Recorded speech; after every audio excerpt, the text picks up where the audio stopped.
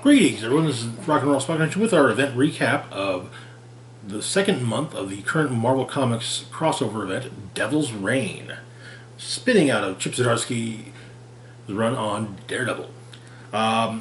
Where in month one, things kicked off. The kingpin of crime, Wilson Fisk, aka Mayor of New York, signed a law in the city that banned superheroes. He had already been recruiting supervillains to his Thunderbolts force to, well, enforce the law. And we got confirmation of Moon Knight as well as Darkhawk being arrested. And an attempt was made to arrest Miles Morales as well as Captain America, but Daredevil and Daredevil, Elektra and Matt Murdock, stopped that, prevented the arrest. The Avengers gathered together to plan out what to do. Tony Stark volunteered to run for mayor against Wilson Fisk, but everyone else talked about it. While everyone thought it was a good idea to try and beat Fisk legally and politically rather than physically, everyone agreed that Tony was not the right person to run against Fisk, but rather Luke Cage was. This did not seem to sit well with Tony, I might add. So we'll kick things off with Devil's Reign number 3. Another plot point is that the Kingpin had the Purple Man placed into a large diamond with the intention of utilizing the Purple Man's influence to sway public opinion in Fisk's favor. So, and Taskmaster Whiplash went after Spider-Man at the Daily Bugle and managed to get a power inhibitor collar on him. By Spider-Man, I mean Ben Reilly, Beyond Corporated Spider-Man.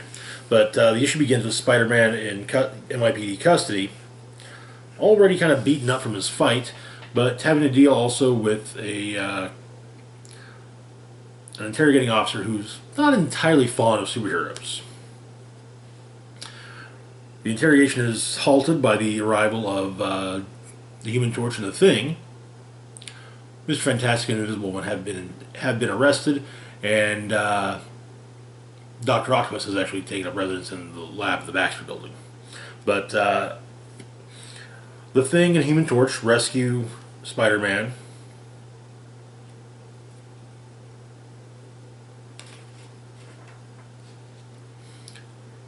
And leave the precinct with him. Elsewhere, Luke Cage announces his run for mayor, with apparently Foggy Nelson representing the and his law partner Miss McDuffie representing the campaign. Meanwhile, after a fight inside the Myrmidon, both Mr. Fantastic and Invisible Woman have had additional time added to their sentences.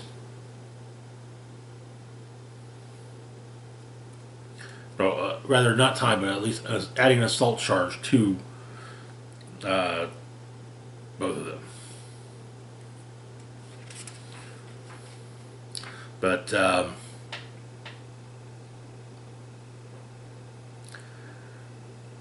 meanwhile, Mayor Fisk explains what's his problem, the problem he's having, which has kind of caused this whole kerfuffle, to the Purple Man. Namely, that he cannot read the file that he possesses on Daredevil. When he looks at it, it seems to be just blank pieces of paper. And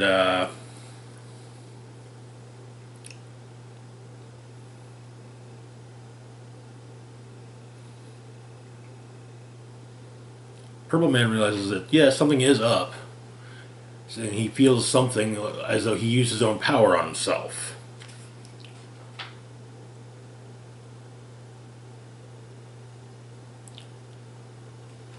For going on to add that it's his children who did it.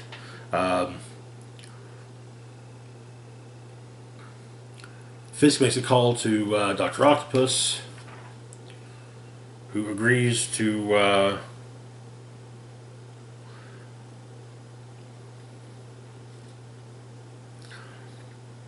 update the psychoprism once Fisk has, or that Purple Man is in, once the children have been taken into custody. He's not going to help them. He's not going to help Fisk round up the kids, though.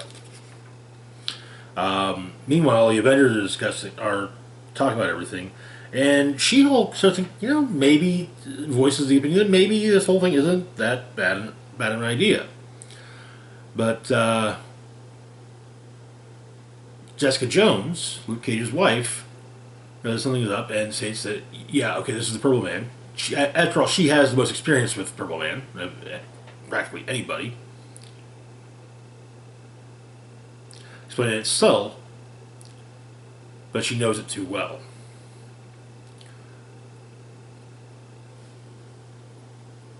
And Daredevil decides, okay, well, if he's doing that, then yeah, we have to take him down. By any means necessary. Even if that means storming the Winter's City Hall and beating his ass.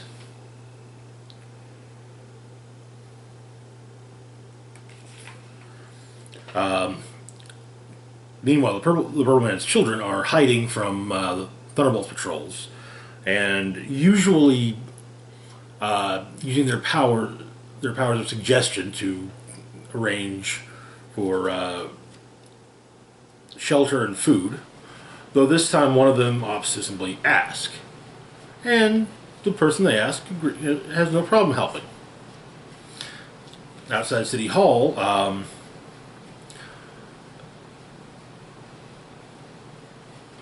Doc Ock and his Superior 4 attack. More on them later, and reveal that Iron Man that's running with the Avengers is not actually Iron Man, but rather the Chameleon. The idea being that the Chameleon was put in place to, as Iron Man in order to have a fake opponent against Fisk. So basically, it was all a plot to fake the election. However, things promptly go sideways, and the heroes end up having to retreat. And later that night, some enforcers show up at Foggy Nelson's office and rather violently insist that he never speak again. And that is where the issue ends. So I mentioned Dr. Octopus's Superior 4. So the Superior 4 are Dr. Octopus variants that basically the Superior Spider-Man thing, but with other heroes, namely Wolverine, Hulk, and Ghost Rider. And seeing as how Doc Ock himself was the Superior Spider-Man, well, he basically had the new Fantastic Four, but superior. Which brings us to our first tie-in to Devil's Reign for the month. Superior 4, number 1. So, inside the Baxter Building, Doc Ock has has found a dimensional portal and used it to find variants of himself. One that's taken over Wolverine's body, one that's taken over Hulk's, one that's taken over Ghost Rider's body. But they intend to basically find all the other Dr. Octopus variants and kind of, on the first Earth they venture to, apparently there's no living Doc Ock. The next one, they find a younger Doc Ock, younger idealistic Doc Ock, who's kind kind of like Spider-Man, actually. Superior Four take him down, and Doc Ock steals his tech, and it appears that they end up killing him.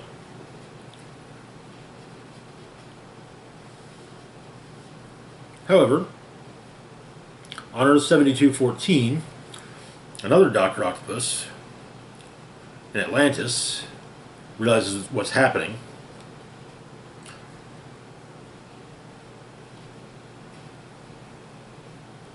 And that the Doc Octopus 606 is responsible for what's going on. And it's time for him to act. Who is this Doc Ock variant? The Supreme Octopus. A variant combining Dr. Octopus with Dr. Doom. And that is where the issue ends.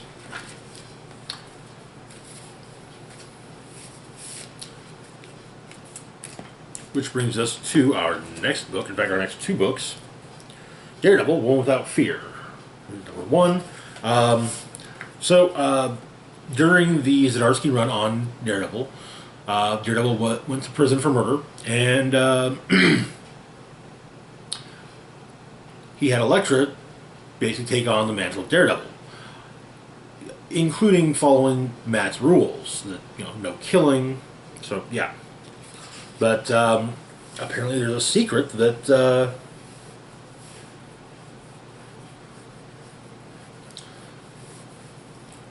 the Kingpin's file on her was a secret that would potentially shatter her relationship with Matt Murdock.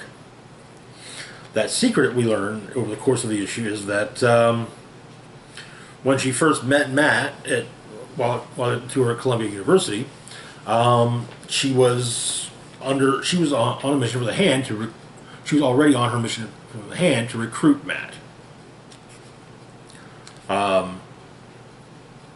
We see some of her training with Stick when she was a child. She's told to meet someone at where everything started, so at Columbia University. She ends up running into one of her acquaintances from her Columbia days, an attorney by the name of Goldie. The two of them get together for lunch, talk about the old days.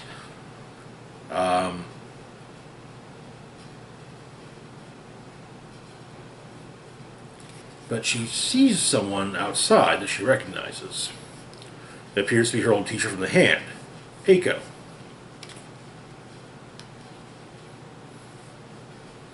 Who teaches her about things such as pressure points and, yeah. Basically recruits her into the Hand. But Elektra follows who she presumes to be Aiko. And Aiko seemingly jumps off a cliff. But we see her being inducted into the Hand and given her mission to recruit Matt Murdock. But it turns out that someone else has been informed of this secret and has in fact has decided to go after Elektra themselves. Kraven the Hunter. That's where issue 1 ends. We've also got issue 2, which kind of because I'm an idiot, but yeah. One Without Fear, issue 2. Elektra and Kraven duke it out. He threatens to reveal her secret to Daredevil, and she tells him that actually Daredevil already knows.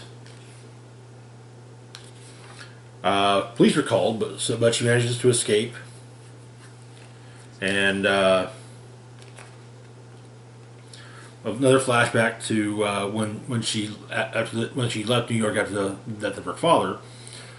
Once again involving Aiko.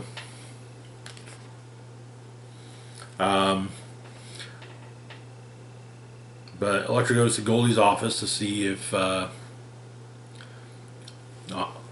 operating on a hunch from something that Kraven had said, but Thunderbolts show up.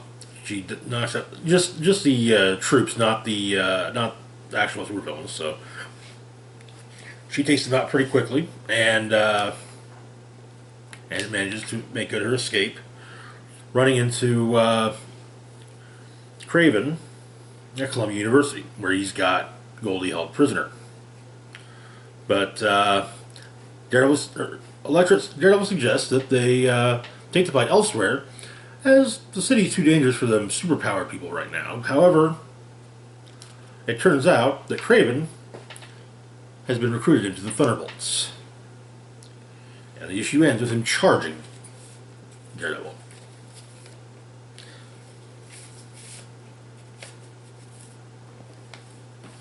Next up, we've got Devil's Reign Villains for Hire #1. This kind of just follows some. This could have just as easily been called Thunderbolts, as it does deal with the Thunderbolts. But the Met Gala is attacked by some terrorists who are taken out by the Thunderbolts. They're consisting of Whiplash, Rhino, Electro, Agony, and Taskmaster. And they're taken out rather messily.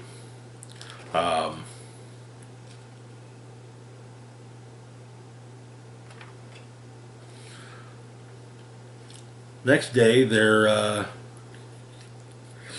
basically their headquarters, and they basically get into a fight with one another when Fisk shows up and basically sends them after the headquarters of the terrorist cell that attacked the Met Gala. Basically, terminate the cell with extreme prejudice. So that's what they do.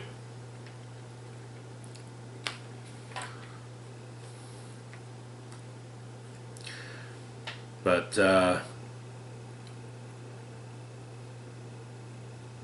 while Fisk is discussing their recent activities with the team, a new recruit enters. In fact, and not only enters but volunteers. A new recruit, John Walker, U.S. agent. And that is where that issue ends. Can't say I'm entirely surprised to see Walker side with the Thunderbolts. I don't have the highest opinions of U.S. Agent. So once upon a time, I kind of liked him. Kind of before really actually seriously reading any Captain America and realized, John Walker is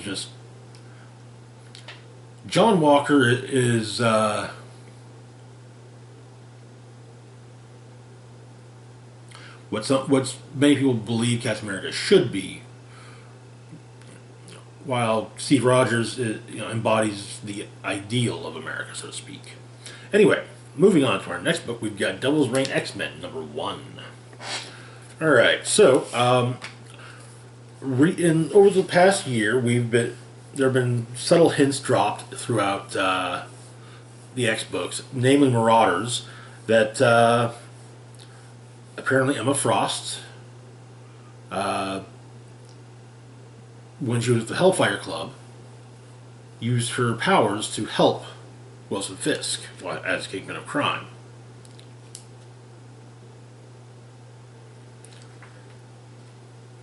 So the issue begins with Fisk having prevented an assassination attempt on himself in a bathhouse.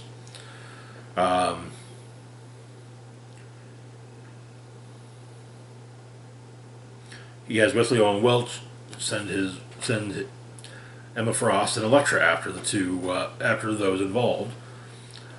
Emma is also sent after someone else who has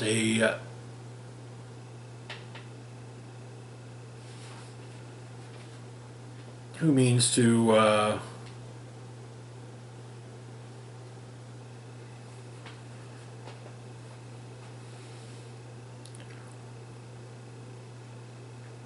basically change the man's mind about an offer made by the Kingpin.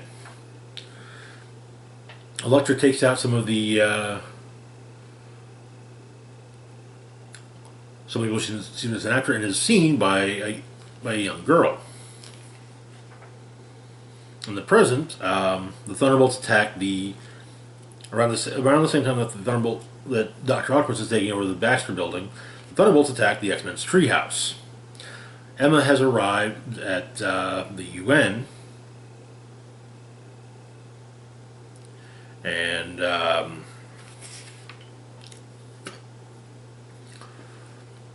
U.S. agent informs the mayor that there are some complications in bringing in the X-Men.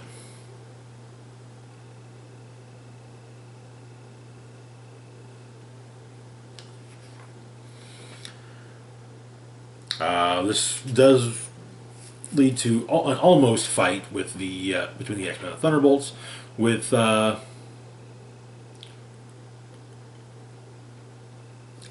tense words being said, such as Taskmaster made the claim that he's fought the original Wolverine, but not the Pretender.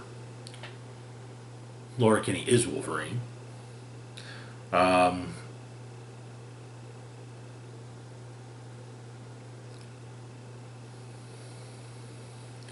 But before anything can be truly enforced, Emma Frost explains that the Treehouse is now recognized by the United Nations as a consulate of the sovereign nation of Krakoa. The X-Men posted here on a goodwill mission for the betterment of all mankind and indeed all life on planet Earth. And Emma says she would throw the Thunderbolts out of Seneca Gardens, but it remains an open green space for all New Yorkers, even John Walker.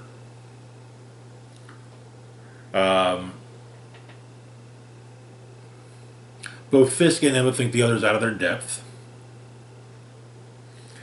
And Jean states that she can feel Fisk's rage across town. However, Wesley brings the mayor a file about a cold murder case, the young girl that saw Elektra. And it appears that Fisk means to pin her murder on Emma. And that is where the issue ends. Next up, we got a couple of tie-ins, a couple of issues of Spider-Woman that tied in, issues 18 and 19.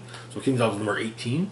In issue 17, Private Eye and Stuntwoman Lindsay McCabe, friend of Jessica Drew's, was injured. And so Jess went to find out who was responsible.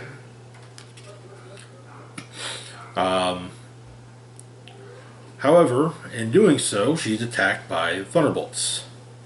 Two of the Thunderbolts, Puff Adder and Coach Whip, as well as a Thunderbolts officer.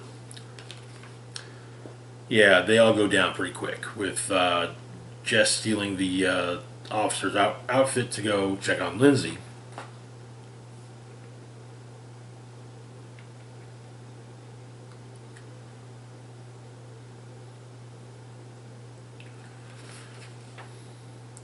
And she finds out that Fisk is behind everything. So she goes to Gracie Mansion, insults Fisk a bit, and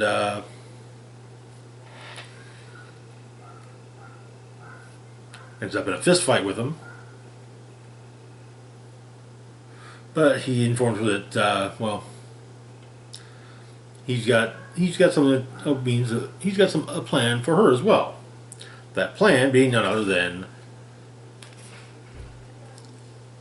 the Skrull Queen Varank, long believed dead at the end of Secret Invasion, but kept alive by Norman Osborn as a trophy within Ravencroft Asylum. And Varank is sent after. In fact, Varank was the Thunderbolts officer that Jessica took down, and is sent to take Jessica's son and to kidnap Jessica's son while masquerading as Jessica herself, to use Jerry as leverage against Jess. She shows up to do so, but Jerry knows something's up, and that is where issue 1 ends, or the first part is, issue 18.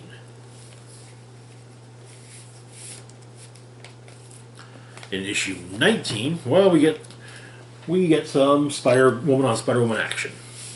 Varank versus Jessica Drew, and to be perfectly honest, it's kind of a long time coming. Jessica didn't get to fight Varank during Secret Invasion. She was freed at the end. But Night Nurse knows something's up, and that when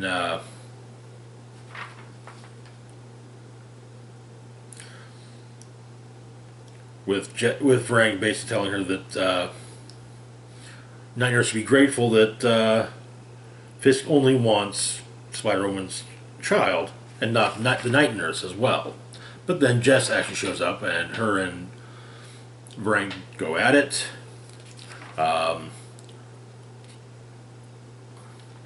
Allowing Jess to catch up with the armored truck when Iron Man shows up. But Jess quickly realizes it's not really Tony, it's Frank. And uses that to her advantage because that means that it's not a suit of Iron Man armor that she's hitting, it's Frank's skin, so yeah, it makes it a little easier to deal with. But Jerry seems to be missing. In fact, he's crawled into the front of the truck. Basically, Venom blasts the driver and drives the truck off a bridge into a garbage scow. Jess pops out when Spider-Man swings by to make sure she's okay. She seems to rank, but it's not. Then Carol shows up holding Jerry, but then another Carol shows up. And so Jess tells Jerry to zap bad anti-Carol, and it's not the one holding him. So Jess and Frank have themselves a nice little no-holds-barred fight on the garbage scow. Frank turns into Ronan briefly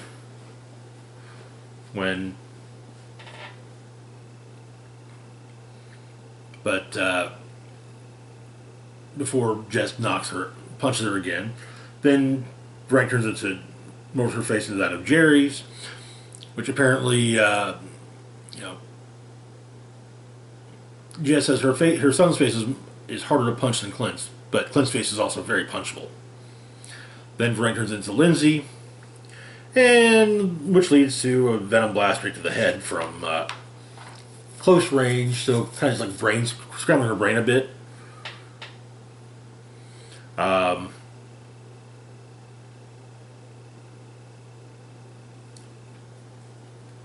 Carol and Jess are jokingly argue about what to do with Frank, and as the issue ends, it appears a group of Spider-Woman villains are meaning to take her down and have a sniper with Jessica in their sights. But that, I think, I'm pretty sure that's where the Devil's Reign times for Spider-Woman wrap up. I think issue number 20 is actually going to be back to just the normal Spider-Woman story. Brings us to our final book for the moment, Devil's Reign Winter Soldier. Now, Devil's Reign Winter Soldier is actually referenced in Devil's Reign number 3, as it stated that when the heroes go to City Hall, that apparently the mayor's been staying the night at City Hall for a while security is upgraded at the Gracie Mansion. There's an editor's note to see Devil's Reign Winter Soldier. So,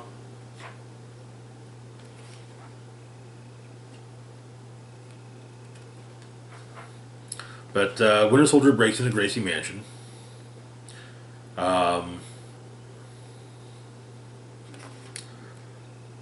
Thinking about his past and all the things he knows he's done.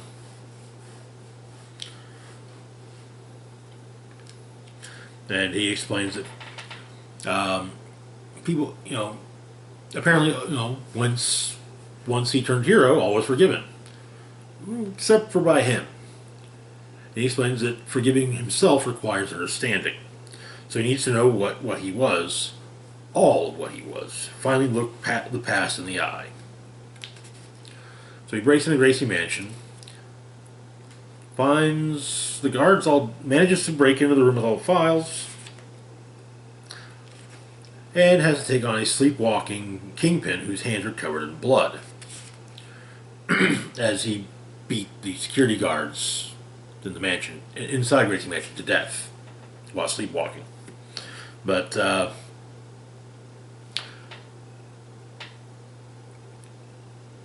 Bucky takes a few hits from Fisk and realizes that people aren't joking about how when they talk about how hard Fisk can hit. But he at least manages to get his own file, some of the others, and eventually make good his escape.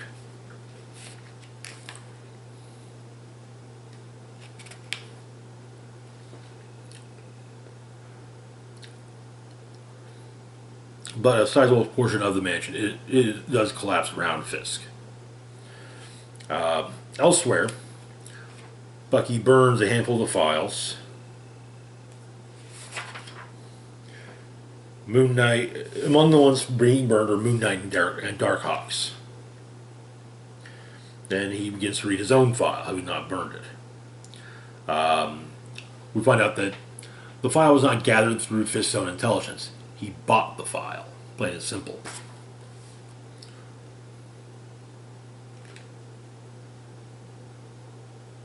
But he goes through and explains that after Night in Hell, it's not closure he finds in the file. It's a trail of dead. But for the first 7 years, he feels clear, and he now has a purpose, a hunt. Whoever wrote the file won't survive the year. As for closure, Bucky thinks he'll sleep when whoever wrote the file is dead. And apparently, this will pick up in one of the upcoming Captain America series books. And that's going to do it for the recap of January's Devil's Reign books. Now, we did in some cases we covered multiples because, well, with the supply issues right now, some things are coming out late. Some books are hitting the streets later than scheduled, and sometimes even into kind of going into the new month. I believe at the moment most Marvel books are about a week behind. Some are a month behind, but yeah. Anyway, that's going to do it for now. As always, feel free to like, share, and subscribe. Links to my Facebook, Twitter, Patreon, and PayPal can be found in the description box down below. This is Rock and Roll Spock signing off, saying live long and rock hard.